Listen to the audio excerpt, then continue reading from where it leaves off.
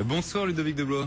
Bonsoir. Merci d'être avec nous ce soir sur BFM Business. Merci à vous. Vous êtes le patron de YSIPS, on dit comme ça, un YSIPS. Ouais, tout à fait. YSIPS, What You See, photovoltaïque surface, parce qu'on permet à une surface photovoltaïque d'être transparente et donc de garder le design de tous les produits sur lesquels elle est appliquée. Ouais. Et qui est une filiale de Sun Partner. Tout à fait. On commence à entendre de plus en plus parler de vous, en tout cas de l'innovation pour laquelle vous êtes là ce soir.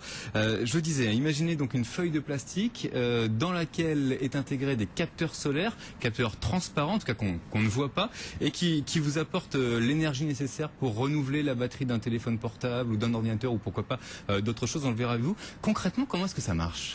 Eh bien en fait, si vous voulez, on a miniaturisé les cellules solaires, on les a assemblées avec des procédés optiques.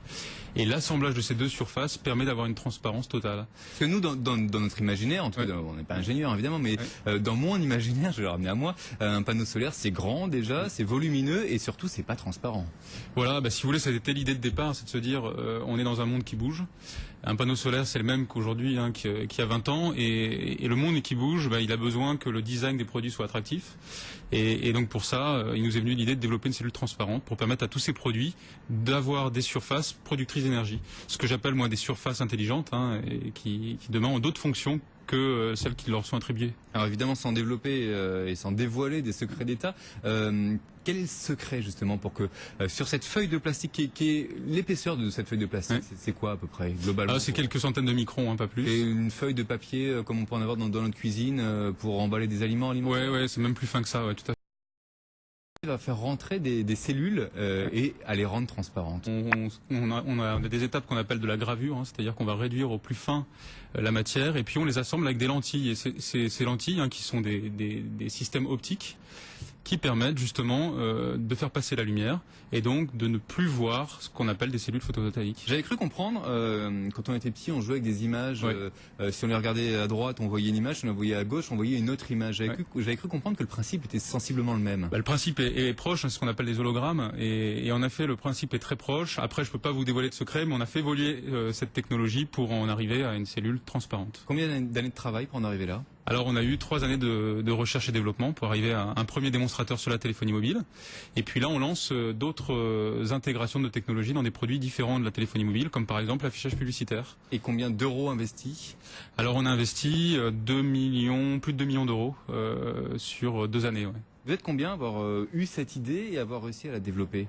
Cette idée, on était 2 à la base à avoir cette idée, et puis petit à petit aujourd'hui on est une quinzaine. Voilà. Donc vous avez réussi à lever suffisamment d'argent? Voilà, on a levé suffisamment d'argent, on prévoit un plan de recrutement d'une 20aine de personnes.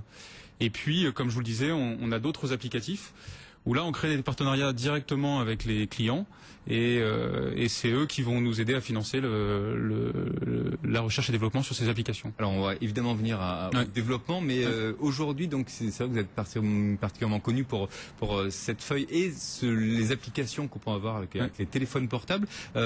C'est pas une feuille que je vais coller moi, c'est pas une feuille de papier de plastique par exemple que je vais coller moi sur l'écran, c'est-à-dire que ce sera directement impliqué dans le processus de fabrication du téléphone. Voilà, ça va être appliqué directement dans le processus de fabrication de l'écran, exactement comme l'écran tactile aujourd'hui. Les écrans tactiles, ce sont des fines couches qu'on vient déposer sur les écrans, qui sont intégrées dans le processus de fabrication. Notre film sera une couche supplémentaire et l'écran va être délivré derrière aux fabricants de téléphones qui vous pourront livrer à leurs clients des téléphones équipés de nos technologies. Et ça change évidemment rien au fait que le téléphone soit tactile ou ne soit pas tactile. Ça ne change rien, exactement. Combien d'heures d'exposition à la lumière ou au soleil pour combien de minutes ou d'heures de batterie rechargée? Si vous voulez, pour recharger totalement le téléphone, il faudra 6 heures d'ensoleillement. Pour avoir une demi-heure de communication, en 1 heure d'ensoleillement ou à la lumière, ça permettra de communiquer. Alors, est-ce qu'on est à un tournant dans ce système de cellules photovoltaïques? Imaginez, vous pouvez mettre de l'énergie solaire partout dans votre environnement, tout ce qui n'est pas végétal ou animal. Donc en effet, on est dans une vraie révolution. Je pense qu'on est dans une vraie révolution énergétique. Donc il faut apporter des réponses. Et la technologie YSIPS peut en être une puisqu'elle n'a pas de limite quant à ces applications. Aujourd'hui, combien de brevets ont été déposés? Comment est-ce que vous blindez votre innovation? Alors, on a eu un premier brevet qui était vraiment de rupture, parce que c'est un brevet générique international, ce qu'on appelle un brevet à pétales. Donc après, il faut le consolider de brevets d'application. Et donc, depuis un an, on dépose 2 brevets par mois, qui nous permet justement de le consolider. Et puis, surtout, faut aussi garder de la confidentialité. On n'est pas obligé de déposer que des brevets. Et puis attendre le bon moment pour dévoiler certaines choses. C'est la solution pour être sûr de ne pas se faire prendre l'idée. Pour l'instant, vous êtes le seul sur le marché, j'imagine. Oui. Mais pour combien de temps? Après, il y a le secret industriel aussi. C'est pour ça qu'on a décidé d'aller de la technologie jusqu'à son industrialisation. Et dans le process de fabrication, là aussi, vous avez ce qu'on appelle des secrets de fabrication qui vous permettent de protéger votre technologie. C'est-à-dire concrètement, vous faites développer par plusieurs personnes différentes, par plusieurs usines différentes? Surtout, on a investi nous-mêmes dans notre propre unité de fabrication pour aller au bout de la fabrication avant de transférer la technologie. Et puis après, le meilleur moyen, c'est d'aller vite. C'est d'être le premier sur le marché, ce qu'on appelle le time to market, et donc d'arriver au plus vite et de répondre aux besoins. Donc l'idée là aujourd'hui, c'est d'être en constante innovation, c'est-à-dire que vous êtes déjà en train de chercher l'évolution de ce produit. On a déjà prévu, on a une feuille de route à 3 ans pour préparer les nouvelles technologies avec meilleur rendement encore, avec d'autres applications. Parce qu'on a des demandes même qui sont pas liées à cette technologie. Vous disiez tout à l'heure, WISIP, c'est une filiale de Sun Partner. L'objectif de Sun Partner est vraiment d'apporter des technologies de rupture demain. Il y a une révolution énergétique qui s'opère. Quelle réponse on donne à ça? Qu'est-ce qu'on apporte? Et bien, c'est ce sur quoi on souhaite travailler chez Sun Partner. Aujourd'hui, j'imagine que donc votre principal client, ce sont les entreprises du secteur de la téléphonie. Demain, on va concrètement dans le commerce avoir ces fameux portables qui s'auto-rechargent. C'est prévu pour l'automne 2012. Avec quel partenaire? Alors, je peux pas les mentionner aujourd'hui, mais sachez qu'on est en discussion avec l'ensemble des partenaires aujourd'hui, fabricants de téléphones. Y compris les plus grands? Surtout les plus grands, mais aussi les opérateurs qui nous demandent d'être les premiers à lancer des téléphones équipés de nos technologies. Et donc là, c'est des discussions qui sont en cours, donc je peux pas en parler, mais voilà, c'est assez intéressant. Ce sont des contrats qui portent sur plusieurs millions d'euros.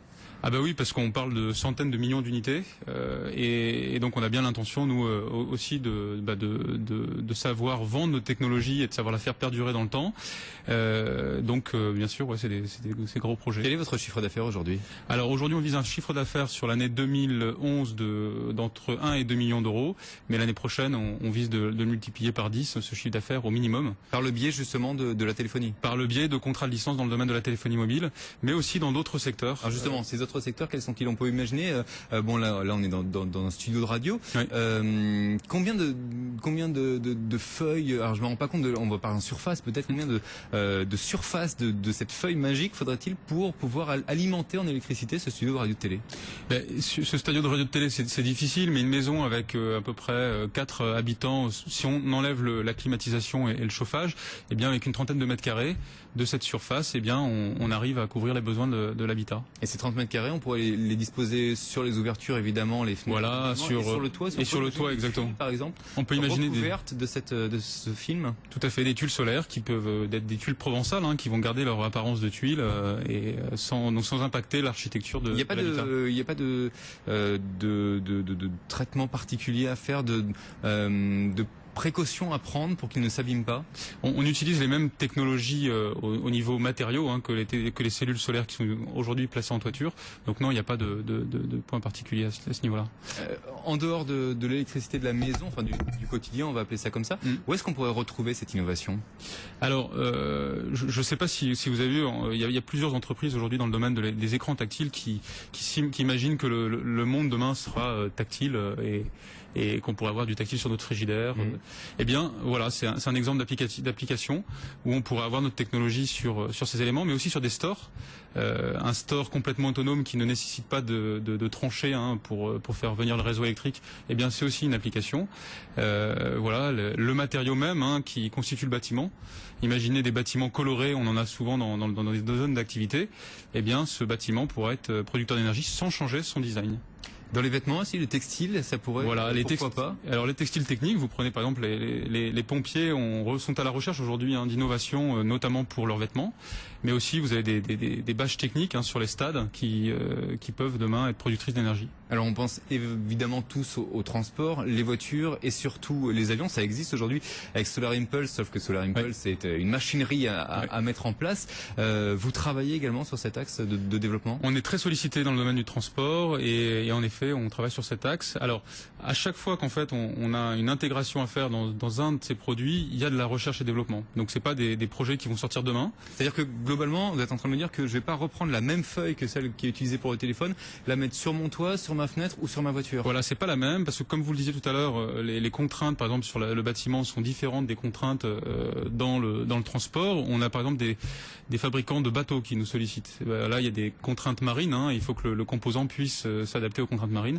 Donc à chaque fois, il y a 1-2 ans de recherche et développement. C'est le cas d'une application d'ailleurs sur laquelle on vient de finaliser un contrat de partenariat dans le domaine de l'affichage publicitaire. Où imaginez que toutes les affiches publicitaires qui nous entourent deviennent productrices d'énergie. On a signé un contrat avec Prismaflex, qui est un fabricant français d'affichage publicitaire, et ça va être le premier fabricant à pouvoir annoncer un panneau d'affichage autonome sans impacter le design, puisque c'est l'image elle-même qui va produire de l'énergie. Aujourd'hui, Ludovic Dubois, vous n'avez pas besoin d'aller prospecter. On vient, il y a une queue devant votre porte. On est obligé on a mis en place un système pour traiter justement toutes les demandes, parce qu'en effet il y a énormément de demandes, de sollicitations. Par exemple par semaine, ça se chiffre à plus de 100 par semaine. Il y a quelques semaines, on a atteint des pics à 200 demandes par semaine à traiter. Vous pouvez concrètement répondre à toutes ces demandes, ou aujourd'hui vous dites bon là, vous nous disiez 2 ans de travail concrètement avant d'arriver à une innovation. J'imagine que sur 200 demandes, c'est juste injouable. Voilà, c'est injouable. Donc nous, ce qu'on fait, c'est qu'on a mis en place une sélection interne qui va dépendre de la capacité du partenaire à atteindre des marchés colossaux, de sa capacité d'innovation, et puis également de sa rapidité à enclencher un projet de partenariat, parce que encore une fois, c'est une technologie qui doit être rapidement sur le marché et voilà. Alors là, on parle de chez nous, zone euro, le monde, même, enfin les États-Unis, des pays qui se portent plutôt bien, même si les marchés nous disent le contraire en ce moment. Si on extrapole un petit peu, est-ce que ça ne serait pas également une solution pour des pays émergents ou des pays dans lesquels il n'y a strictement aucune infrastructure? Et si, parce que reprenons le cas de la téléphonie mobile. Un pays africain, vous en avez beaucoup qui ont moins de 20% de leur pays qui est électrifié. Et bien dans un village, ils ont tous un téléphone, mais ils peuvent pas le recharger. Donc c'est obligé de faire parfois des kilomètres pour aller recharger leur téléphone. Le fait d'avoir un téléphone autonome leur donnera accès à ça. Et ce qui est important à la fois pour des raisons sociales, mais aussi économiques, parce que dans ces pays, ça leur permet notamment de regarder comment évolue le marché de l'agroalimentaire et de pouvoir exercer leur vente de matières. Je pense également à des pompes électriques éventuellement. Alors également, là on aura peut-être moins besoin pour des pompes électriques de notre technologie de transparence, parce que là ce qui est recherché c'est plus la performance et la production d'énergie. Et pour ça, Sun Partner a créé une autre filiale qui s'appelle AxioSun, et là qui développe des systèmes à concentration. On concentre l'énergie solaire, on la rend moins coûteuse et on permet à ce qu'elle produise beaucoup plus. On n'a pas parlé de prix. Quel est le prix de revient d'un mètre carré de cette de ce film, ça va dépendre des applications. Pour la téléphonie mobile, on a déjà le prix, parce que comme je vous le disais, c'est déjà une réalité. On vient d'acheter la ligne de fabrication, et là on a 1 euro pour un écran de 500 cm². 50 cm. Ouais, 50 cm. Vous le revendez vous 1 euro voilà, tout à fait. au fabricant, à l'industriel qui va fabriquer le téléphone. Non, on le vend voilà, exactement, 1 euro au fabricant de téléphone. Ouais, tout à fait. Très bien, merci beaucoup, c'est passionnant. Merci beaucoup. Merci à vous d'avoir été avec nous. Je rappelle donc que vous êtes le président de Waysips. BFM Business.